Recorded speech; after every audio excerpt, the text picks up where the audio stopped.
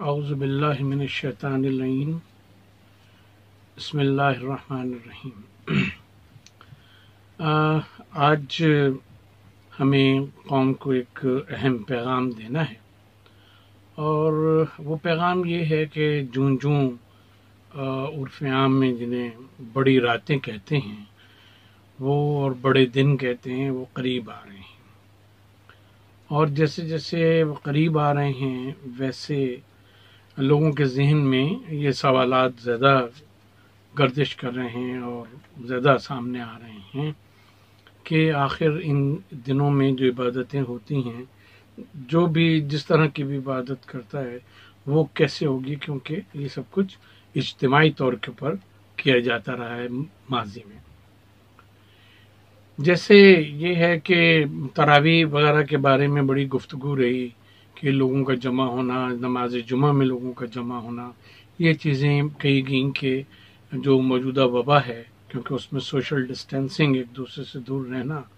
اس کی بنیادی ضرورت ہے، تو اس وجہ سے اس کے اوپر پابندی لگائی گئی، کچھ SOPs بنائے گئے، لیکن ان کے اوپر ہم دیکھتے ہیں کہ کما حقہ عمل نہیں ہو رہا۔ اسی صورت سے جیسے اب حضرت علی علیہ السلام کی شہادت کا موقع آ رہا ہے کہ اس کے ایام آ رہے ہیں، 18، 19، 20، 21 اہل تشیع جو ہیں، مکتب اہل بیت کے ماننے والے، وہ اس میں مجالس کرتے ہیں، جمع ہوتے ہیں۔ اس کے بعد 21 کا جلوس نکلتا ہے، بعض جگہ 19 کا جلوس نکلتا ہے، 19 رمضان کا جلوس، اور پھر 20 رمضان کا جلوس، اس طرح سے مختلف علاقوں میں ظاہر ہے کہ وہ ہوتا ہے۔ تو اس میں مرکزی مجالس کا برپا ہونا اور اس کے بعد جلوس کا، مرکزی جلوسوں کا نکلنا، وہ اسینشیل سمجھا جاتا ہے اہل تشیع کے نزدیک۔ تو اس میں سوال یہ پیدا ہو گیا کہ اس میں سوشل ڈسٹینسنگ جو ہے وہ کیسے کی جائے۔ تنظیمیں یہ کہتی ہیں کہ SOPs کے اوپر ہم عمل کریں گے، لیکن تنظیموں کی خواہش، علماء کی خواہش اپنی جگہ کے اوپر، لیکن پریکٹیکلی یہ چیز جو ہے وہ ممکن نہیں ہے۔ جب پریکٹیکلی یہ چیز ممکن نہیں ہے تو پھر اگلی بات آ جاتی ہے کہ رمضان کے آخری عشرے میں لوگ اعتکاف کرتے ہیں، مسجدیں زیادہ بھری ہوئی ہوتی ہیں،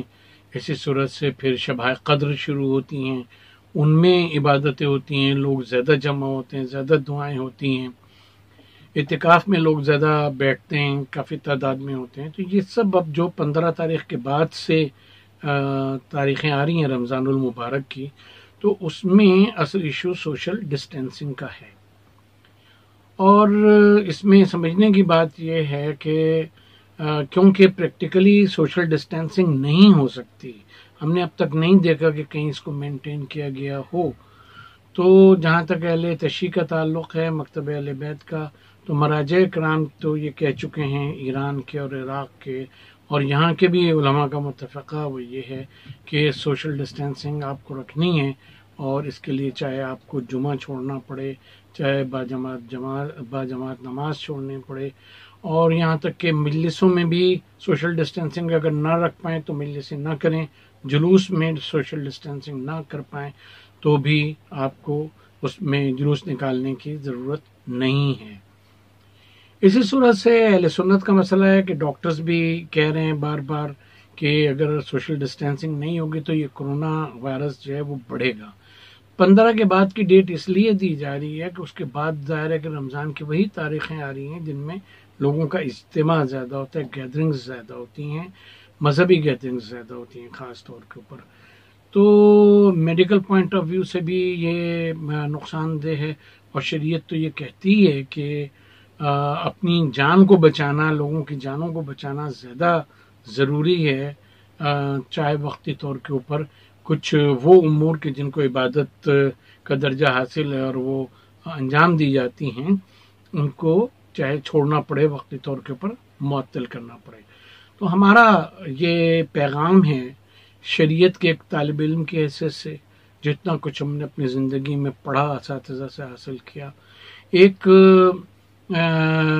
ایسے شخص کی حیثیت سے کہ جو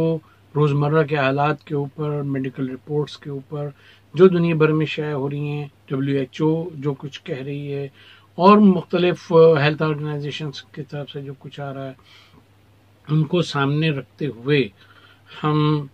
قوم کو یہی پیغام دیں گے کہ 15 کے بعد سے جو تاریخیں آ رہی ہیں خاص طور کے اوپر، جس میں مذہب کے نام کے اوپر گیدرنگز ہوں گی، چاہے وہ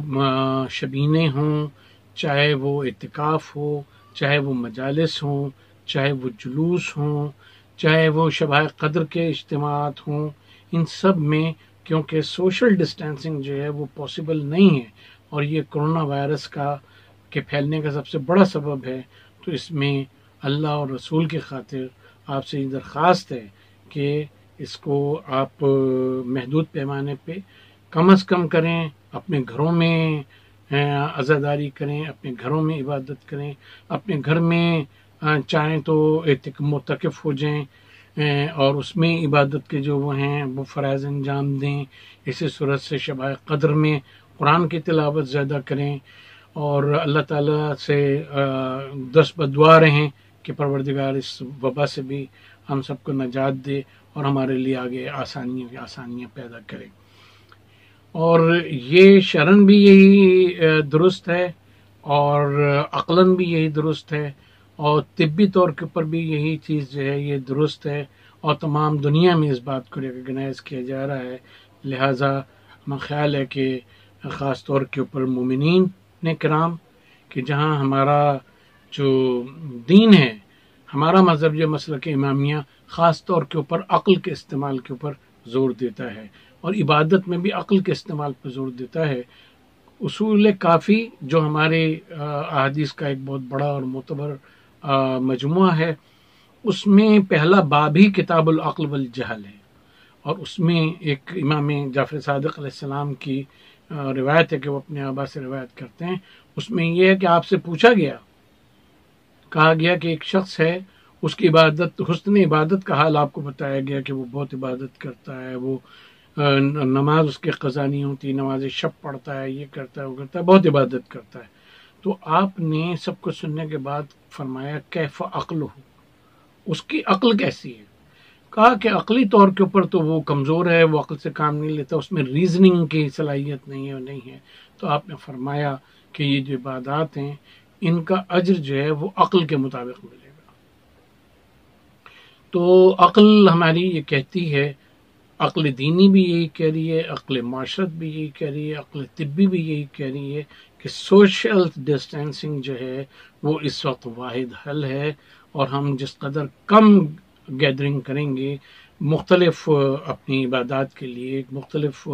مذہبی عناوین کے لیے، اتنا ہم اس وبا سے بچیں گے، اور اس طرح سے مومنین بھی باقی رہیں گے، مسلمین بھی باقی رہیں گے، ان کی جان بھی باقی رہے گی، اور مذہبی عبادات جو ہیں وہ بھی باقی رہیں گے۔ ہم ہوں گے تو آگے عبادات کریں گے، جب ہم ہی نہ ہوں گے تو عبادت کون کرے گا؟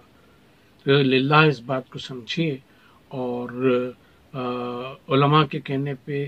طبیبوں کے کہنے پہ، ماہر ڈاکٹروں کے کہنے کے اوپر، ان کی ایڈوائس پہ عمل کیے کہ اسی میں ہم سب کی نجات ہے۔ سلام علی من اتبع الہدی۔